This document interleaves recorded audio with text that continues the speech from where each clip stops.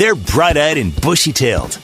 You know, maybe they should see a doctor about those tails. It's Sunday Brunch with Jamie West and Tracy Lynn on AM 900 CHML. The show rolls on, and we're glad to have you along. Time now for the Just Ask Bob Show radio edition with Bob Asadorian from Triple R Renovations and the Just Ask Bob Show on Cable 14. Welcome back to the show, Bob. Thank you. Hello, Jamie and Tracy. How are you? Good. I think we're doing just fine, and today we're going to talk about something that sometimes bogs people down a little bit, but is maybe the most important thing they can be thinking about or taking care of when it comes time to do a renovation on their home, and that's the actual contract they get into with a contractor to do a home renovation. Bobby, do I need to have a law degree from Harvard in order to make sure that I'm my needs and my interests are being looked after?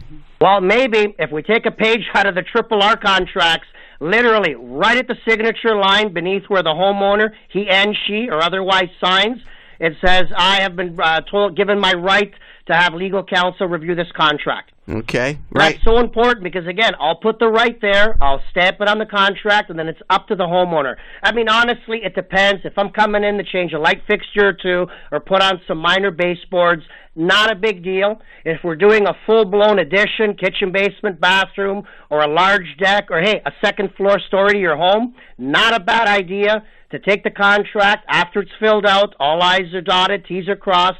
As the homeowner, the customer, you have that right.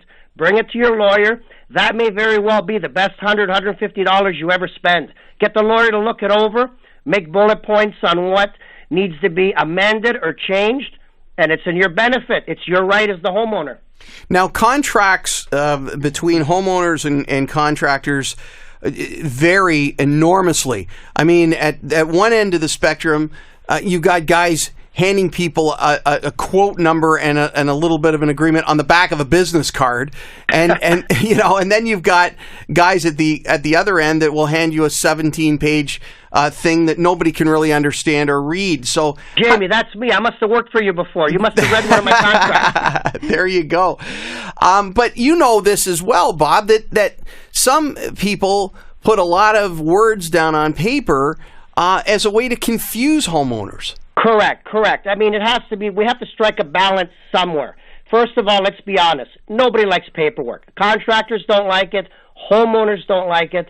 But it is a necessity. I mean, after all, look at the name. We're contractors, and it's a contract we're writing. We're engaging with the homeowner for a specific service with certain specific, hopefully by brand name, materials and products, a timeline, an expectation, maybe washroom use, no washroom use facilities. There's a lot going on here. We're disrupting your home, and depending on the size of the job, we're turning it upside down. Let's sort of break it down this way. Let's look at both aspects. Let's look at what I like to call the invoice system, which I don't believe in, I don't like. Now, you've got the contractor, the grumpy fellow. He doesn't like to type, he doesn't like to write, doesn't like to read, just doesn't like to waste time. So he's going to go into your home. Well, outside the home, he'll walk around all four sides. You need eavesdrops. You've obviously called him in there for eavesdrops. He'll just simply tell you, okay, white eavesdrops, that's it, with downspouts to go where the originals were. Now, he's going to come in, he's going to say, for example, $2,000 plus tax. He's going to come in, he's going to do the work. Now, what about where it grade drains? How far out you want that downspout so it just passes the garden? Or how far out you don't want it so you don't trip on it when you're walking through the walkway or the driveway. Now, the job's finished. You're assuming it's going to be $2,000. Now, here's what's interesting, though. He doesn't like to write or read or waste time in the beginning, but when he's done, he certainly likes to write. It's a quick little fast invoice that says $3,000 plus tax. So you turn around to yourself and say, but sir, you told me $2,000. He says, oh, no. I told you $3,000, and then never mind the issues that the downspout is too far out past the walkway, you'll trip on it. There are too many issues, too many problems this way. It doesn't make sense. It's actually backwards. Interesting. You're very detailed in your contract because you mentioned that to the point that you're going to come in and use my facilities, use my washroom, come in and out of my house. That's how detailed this contract should be? Well, I've had a homeowner, I won't mention the city, he might be listening, but I had a homeowner one time, this is before I had employees. So I know that washroom visit was neat. It was me, myself, that used his bathroom. I mean, I just assumed. Again, this is me 14 years ago starting out. Yeah. I didn't have any specifications on washroom facilities, nothing. And my contracts were a little on the simple side. Again, I was young. I was naive. So I used the gentleman's bathroom. And I mean, when I left that bathroom, it was cleaner than when I went in. Now, next day I go to use the bathroom. He removed the toilet paper. So, slight hint that, Bob, don't use my bathroom. I mean, again, everybody is different. Everybody has different needs, different religions. You have to address this stuff, especially if you're there more than a day. We're talking stuff where it's a couple days to a week or two. Everything has to be addressed. You either do it in the beginning or you're constantly apologizing throughout the job. Yeah, that counts for use of refrigerator. Does that apply to use of hydro too? That kind of thing. Yes, 3 years later into my being in business, I included a hydro clause.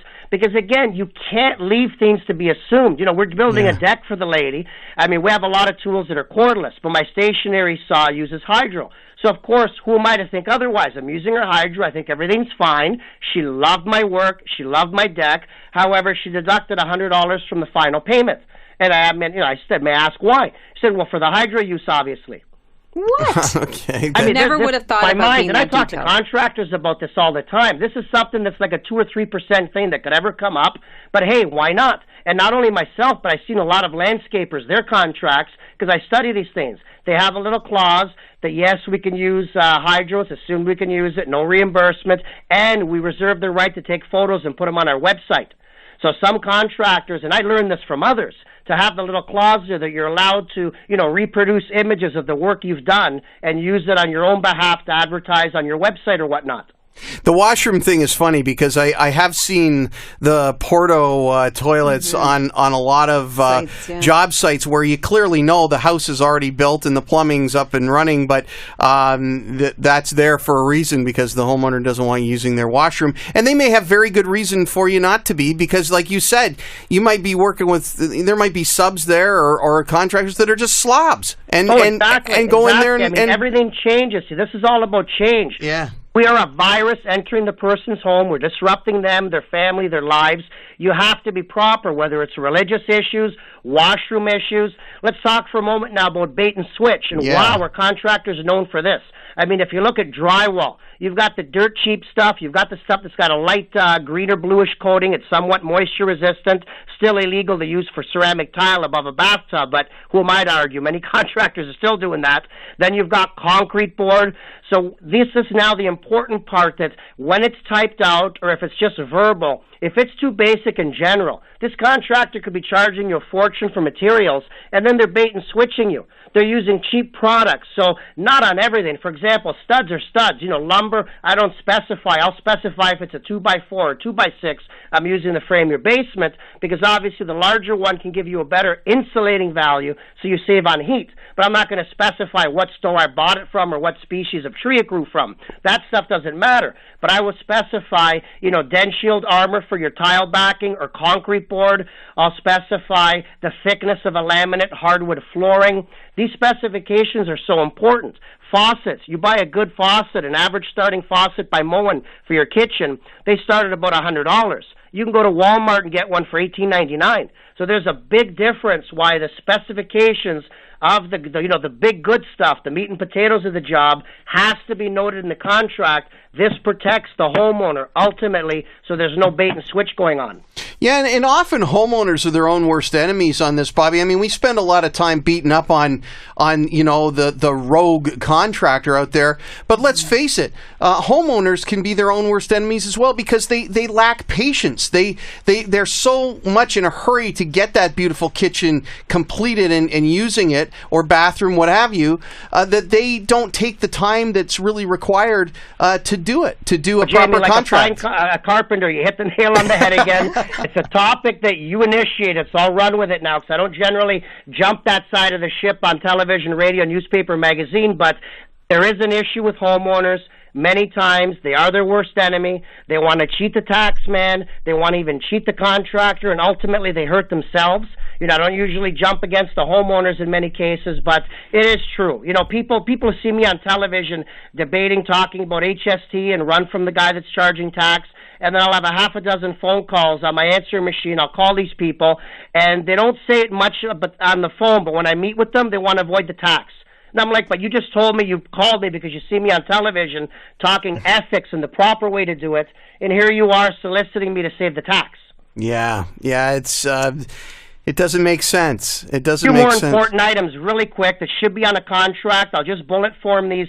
Always the contract should include, all of the materials, the specifications, by brand when applicable, start dates, finish dates, change orders, problems on a job, how they're addressed, washroom use, as we discussed, hours. Maybe the homeowners have a rigid routine. At 5 o'clock, they eat supper together as a family. They don't want noisy tradespeople in and out, meaning everybody's got to be out by 5. That's important. Ontario 10-day cooling off period must be in all contracts. The HST number of the contractor, just in case he's not HST licensed to collect tax, but he just likes to. Yeah, I had one like that anyway. Yeah, for the kitchen, wasn't it? No, not for the kitchen. It was for a renovation a long, long time ago in another place in another life. I remember we talked about that. That was some time ago. Yeah. A business address. You can actually find the guy in case you have to go after him. Subtotals separate. HSTs shown separate. A signature line. It has to look like it was, wasn't just written on the back of a card or a Kleenex box. You have to have some legitimacy here. Absolutely. Bobby, how do people get a hold of you if they'd like to discuss any of these issues with you? I am the most accessible contractor in town. www.justaskbob.com. Find us on the web or pick up the phone. 289-649-0196. And a shout out to our sponsor, our favorite electrician, John Tenbrink of JMT Electrical, the most honest and respected in the business. Please call on him for all your home and commercial needs. You can find him on our website.